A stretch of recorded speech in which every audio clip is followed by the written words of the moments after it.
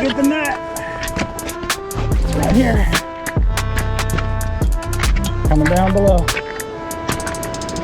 We're on it, right? Get up in there. Bring it. No, no. We got him. Big ling, baby. Woo!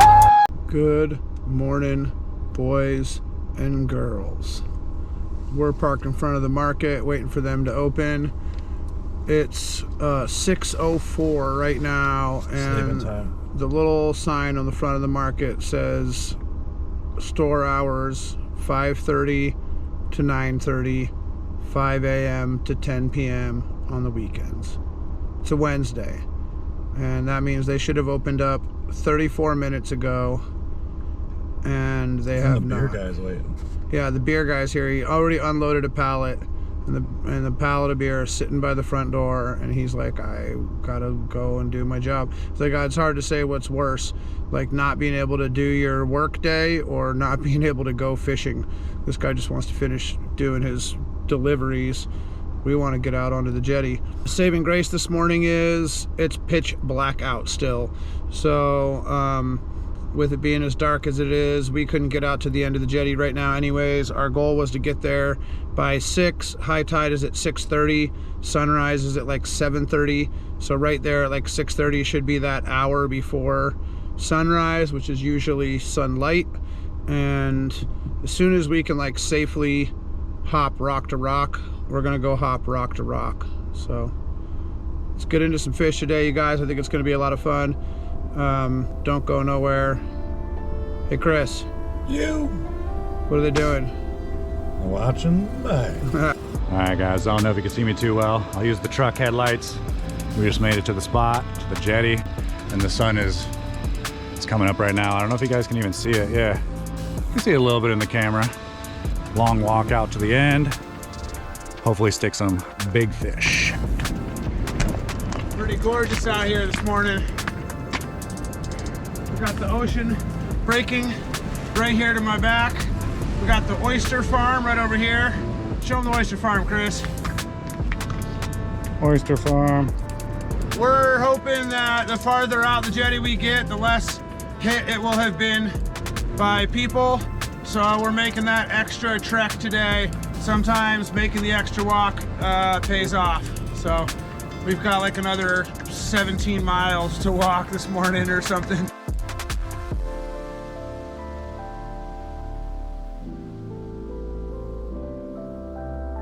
We made it out here to the spot. Finally. Gosh, man, it makes you really realize how old you are getting out here, man, or how much exercise you've done in previous adventures. But holy cow, I'm tired already. We're here. We're getting stuff together. We're on the hunt for Lingcod. We're on the hunt for rockfish. Let's get it.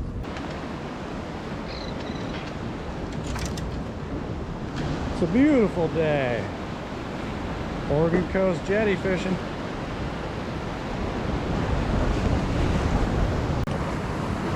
Can't get into a couple Greenlings this morning, guys.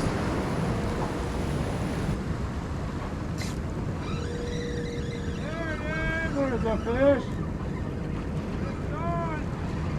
It's Little Greenling. Oh, bring him over. Look at this little guy. First fish. We're taking that little Greenling. We needed some sort of action. Hooked him perfectly too. Yeah, we needed some sort of action, so I threw on the old over and under bait setup. You know, if we were just fishing Lingcod, I wouldn't even worry about this rig. But I'm gonna try to hold him without losing him because we're gonna use him as live bait for a big ling. But yeah, nice little Greenling. Hopefully he turns into a bigger fish. All right, you guys, we took this little Greenling. We're sticking a little stinger in his tail. We're gonna put this back even a little bit farther, actually. Sorry, buddy. A little stinger in his tail. It's gonna hold him up like that, and hopefully he swims around out there, gets us into a big monster Lingcod. Setting this at about 20 feet. Let's send it. Yeah, so the goal for today is to catch a couple fish, show them off to you guys, show you guys a couple tricks and techniques, and maybe even do a catch and cook at the end of the day. We'll see. Ash just caught a really nice Greenling up there. Look at the colors on this. Can you see those greens in the top? And then look at those cool reds and blacks. And then look, its mouth, it's got that crazy bright turquoise blue. What an awesome fish. Greenling are just so cool. Like, look at these fins. Just gorgeous. Cool stuff. For the over-under rig, I have about, I don't know, 20 inches of 10-pound mono up to a swivel. And then off the swivel, I have about 18 inches of 12-pound mono. So the key is having the lighter line on the lead. So if your lead gets hung up, it just snaps off quicker rather than your leader being hung up and snapping off quick. Above that, I have like 50-pound braid, which that can vary when you're rock fishing. You know, 50 pounds to even 40 pound would probably work good, but you're gonna get some abrasion on the rocks and stuff like that. So having like a thicker braid is definitely gonna keep your line nicer throughout the day. So on the end of the leader, I got what we think is like a 2. It's just a small little snell hook. I really like these snell hooks, and I really like the red hooks. I don't know if it's like a thing to entice them because it looks like blood or death or something like that. I'm gonna put a sand shrimp on this and cast out there and hopefully get one. When you cast out there, you want to cast it out pretty far so that it drapes down and lays along the jetty. If you cast it out too short, it's just gonna go right in the rocks. This rig is more of like a bottom bouncing rig. My weight on this one, I have a 3-ouncer down there. And so the goal is to just get it to the sand, you know, and I'm gonna drag it back, popping it back and forth to the sand. Once I hit the rocks, you're kind of in the danger zone. You know, this is the place to lose all your gear. So if you're looking to lose a lot of gear, come on out here and fish. It's inevitable to snag up out here. So bring a lot of gear with you. I'm just gonna rig this sand shrimp up. I'm gonna take his tail, drop the head back in. I'm just gonna thread it on just like a worm. Boom. And to make this stay on longer, I could get some stretchy string, but I am not walking back up there to get it. I'm just gonna fish it just as is. What? Booyah, let's get it.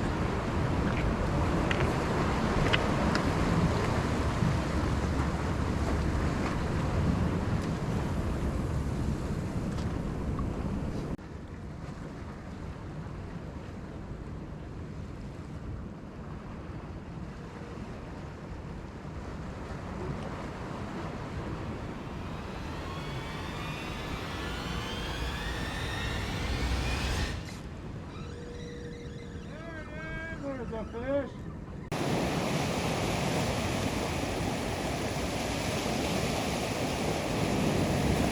Yeah, guys, another greenling.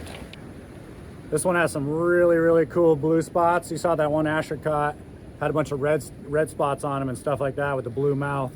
This one's got some really cool turquoise spots with the brown body, some blue on his gills too, some cool yellow dots. Check out those fins. If you guys can see those in the camera. But like I said, when lingcod aren't biting, we just go after greenling. That is gonna make some delicious fish tacos right there, baby. Let's get a couple more. We'll give it another few minutes here. All right, let's go catch fish.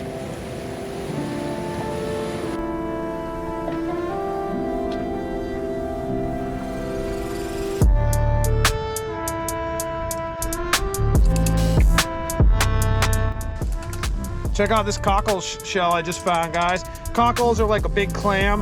You know, you might hear them say like oysters, clams, and cockles. That's like a classic thing they yell on the dock when they're selling, you know, oysters, clams, and cockles. But this is a cockle. It's like a real big clam. They're good eating. This one's obviously empty and dead, but it's a pretty cool find of a shell. I'm gonna see, maybe might take it home just because how cool it looks. That's true. Oysters, clams, and cockles. I don't smoke, so. Look at that. First cast right when we got here. I was telling Chris we got to go to the other side, bud. I was like, over there on the other side is where all the fish are, Chris. All right. First cast over here. Nice full greenling. I can hop that rock head. Right out in front of you. Right there. Another nice greenie. Woo! First cast too. Just got to the new spot. First cast, got a fish on. We left the other spot because it was being slow, but Asher did stick a really nice greenling. I've never seen anything that bright and colorful, really. Yeah, first cast, let's go. I got 2 little swim baits, squiggly tails, with a little bit of squid wrapped around them. Let's see if we can't get into a rockfish.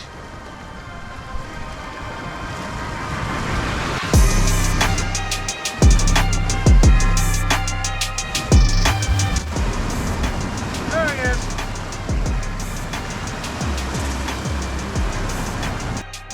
There, he got me in the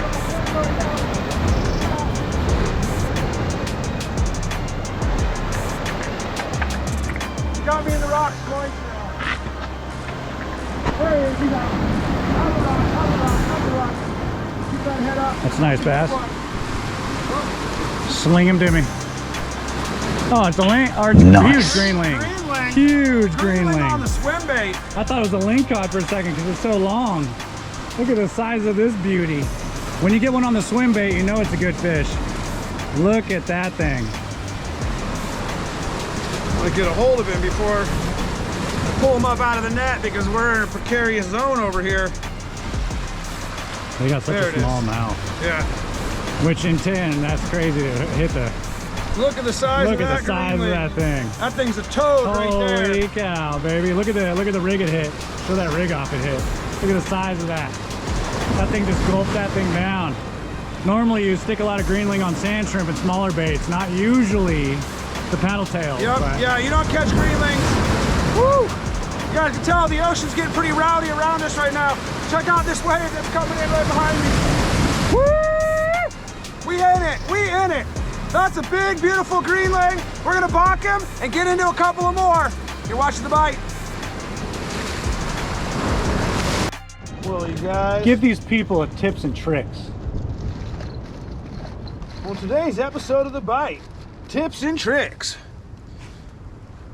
So what I'm rigging up is our kind of classic squid wrapped swim bait. Actually, I might go with, should I go with one of these paddle tails? No, I'm gonna go with one of these squirrely grubs, and I'm actually gonna take the tip off. Those 2 little rungs, I'm gonna pop off because this is a short shank, and if you see this one right here, that's kind of the long shank, they're about the same length, but this has such a bigger weight on it. You want that long shank. This short shank is gonna reduce the size of my fish by quite a bit to the size of the weight. But I wanna make sure that my hook is still inside of that bite zone of the fish and that they're not just tailing it like that. But so I was running 2 of these with these little motor oil squiggly tails. They're kind of a green motor oil, if you will. And then since I ran out of this size hook, I went with this just one size up, and it's kind of a darker brown motor oil, pumpkin seed motor oil. I don't know exactly what these 2 colors are supposed to be called, but I've kind of known both of them as motor oil, and now when I see them next to each other, they're obviously a little bit off. But they look similar enough in color profile to work for what we're doing right now.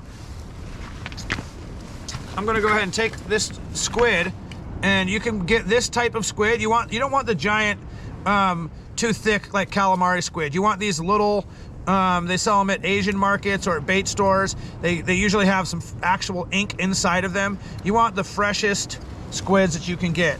And I'm gonna cut off 2 little strips like that, a little bit bigger than a finger,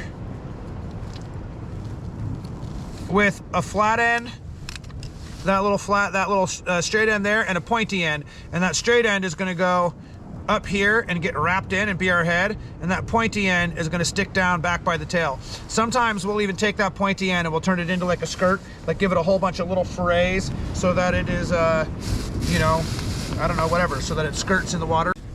You guys have seen us do this before on the channel, but I'm gonna give you the full rundown right now. So I'm just gonna take a little magic thread, wrap it around the head a couple of times, and lock it down. And then we're gonna go over this piece of squid to wrap it in place. Now what I like to do is go over the wrap a couple of times and then go down the body. And what always seems to happen is it tilts it all off to one side.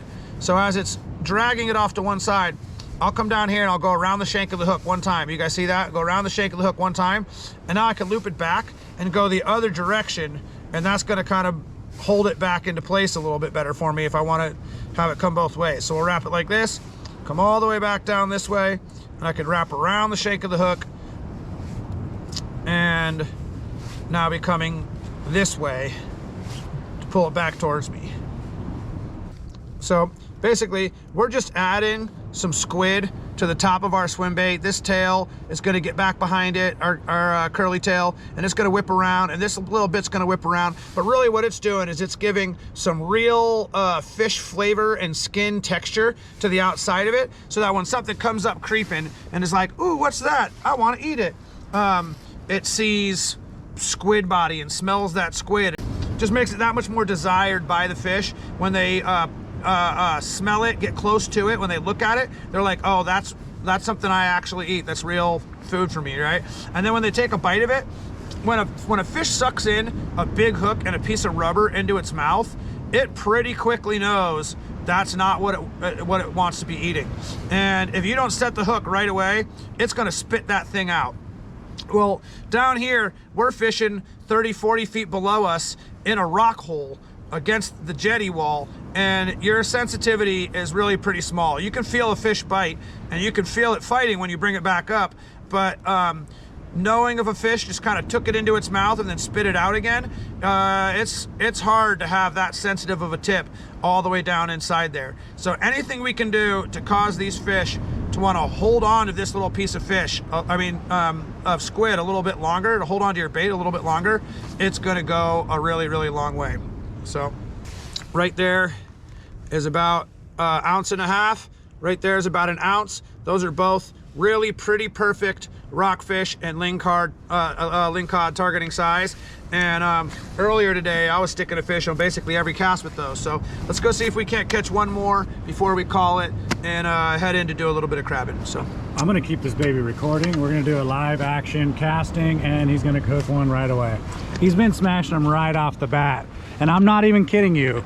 Literally, probably 3 or 4 of his fish have came right when it touched the bottom of the ocean, or bottom of the jetty there. So we're gonna keep her running.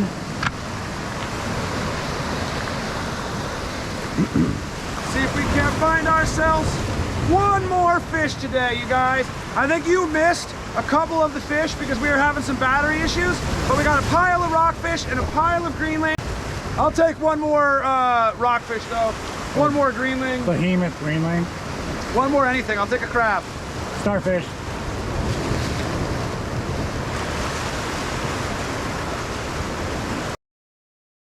That's a good fish.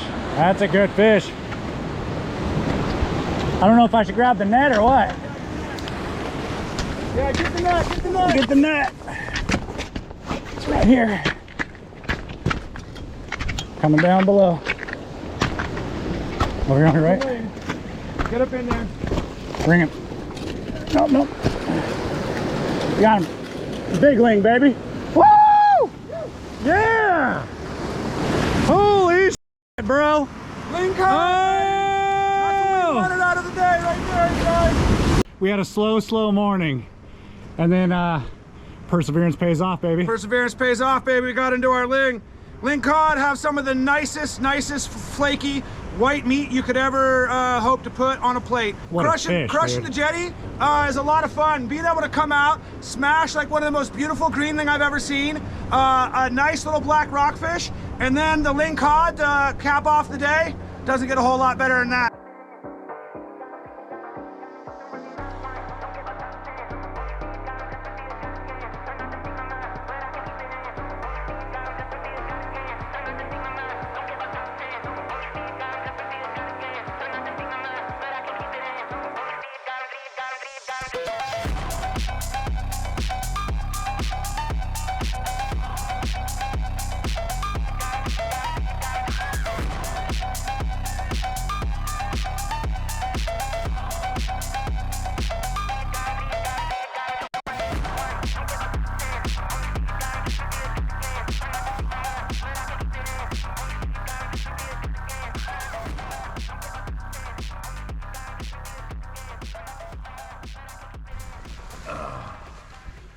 I gotta say, man, look at the colors on this fish. Look at the rest of the fish in the fleet.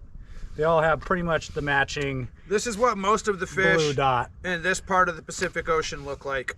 There's some color variation. Sometimes you see the bright blue lingcods, or there's like some bright red rockfish and stuff. There's some colorful fish out here, don't get me wrong.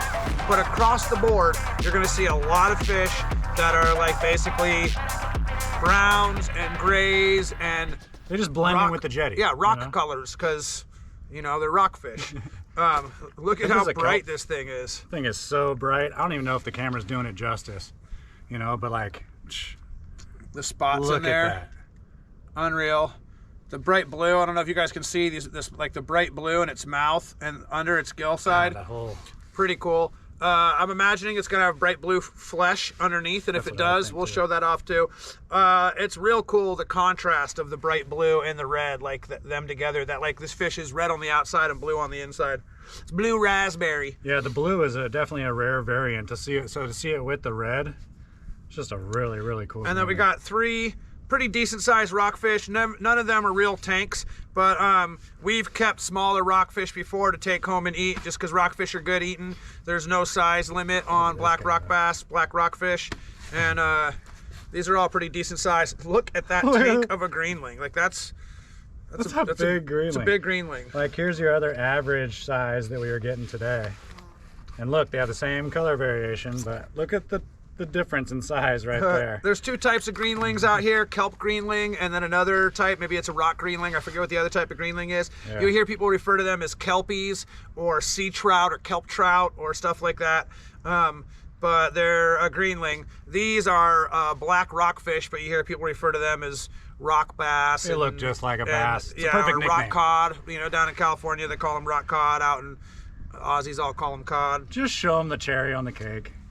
This beautiful lingcod right here. I don't know its exact length because we didn't actually measure it, because it's clearly a keeper, and you know, it's not too chody. It's got to be a solid 6-7 pounds. It's a beautiful fish. Look at those fillets. Yeah, nice big thick fillets, and it's basically a perfect eating size lingcod. They're good up to a little bit larger than that, but once lingcod get, you know, over 33 inches, something like that, in that range, they start to get a little softer in the flesh. This is going to just have perfect white flaky frying flesh. All in all, a real fun day. There's lots of fishery options in Oregon, but 2 of our favorite is salmon fishing and jetty fishing. It's kind of what you know, we've built a lot of this channel on too. We go out, we'll catch trout, bass, we go traveling. This guy goes out to Florida, I go down to Belize and Mexico and stuff. But our bread and butter is salmon and steelhead and rockfish and lingcod off the jetty. So it's a lot of fun to come out here and do it. I think I like eating these fish almost more than anything else. Definitely. Halibut, salmon, some big saltwater fish. Some of them are all real delicious, but like nothing really fries up better than a lingcod. So to start out slow, but this is what it ended up as. Yep. And I can't be more stoked. You killed it today, man. I had like a little moment where all of a sudden just like wham, wham, wham, one after another. We had already mentioned it earlier that we were having camera battery problems, and literally this dude would throw in and hook a fish. I think like this greenling and these 2 rockfish, maybe you guys didn't even get to see caught at all. There's probably going to be like a little bit of footage of us catching fish and then us like showing off all these fish because we had some camera issues. We had a fun day. We had a successful day, even if we don't have every single one of these fish fights on cam. You guys understand. You guys get the gist of it. Just take all those tips and tricks we just showed you today and put it into play. And this is what happens. Yeah. Get out there, catch yourself some fish, make yourself some tacos. What are we doing? Watching the bite. Let's go.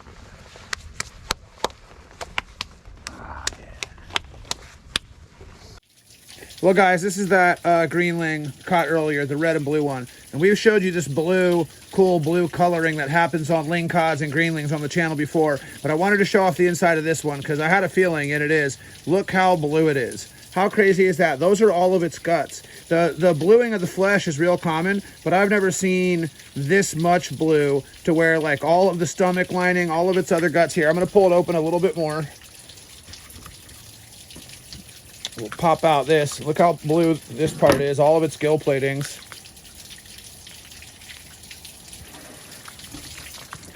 Give it a little rinse.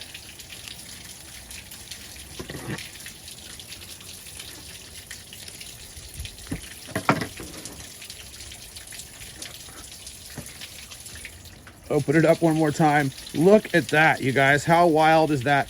This flesh will cook out white and it'll look just like regular fish flesh, but that is the most blue I've ever seen the inside of a Greenling. There's no tricks. There's no camera tricks or lighting tricks or any effects going in right here at all. The inside of this fish is truly that blue. This is its stomach. Look at how blue of a stomach it is. And I'm guessing what's going to be inside is some shrimps, some little crabs. This was some kind of shrimp. I know this is all little bits of kelp. So that's like some little crab bits, and those leg looking things are kelp, some type of kelp greenling. But look at how crazy blue that is. Wild, right?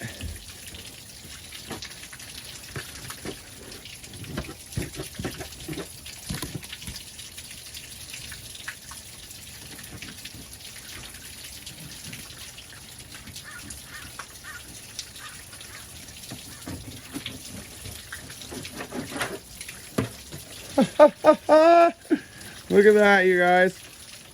This is a Greenling fillet. This is also a Greenling fillet. They're the same species. They look like they could have come off the same fish. The fish were about the same size. How unreal is that? The contrast on this fillet is so cool. Look at the badass red spotted outside, and then that insane blue inside. Just wild. Look, those are the bodies next to each other. Regular Greenling, same species of Greenling, just one that's got that blue. And when you cook them, it's gonna cook out white. It'll look just the same, but what a wild, wild difference.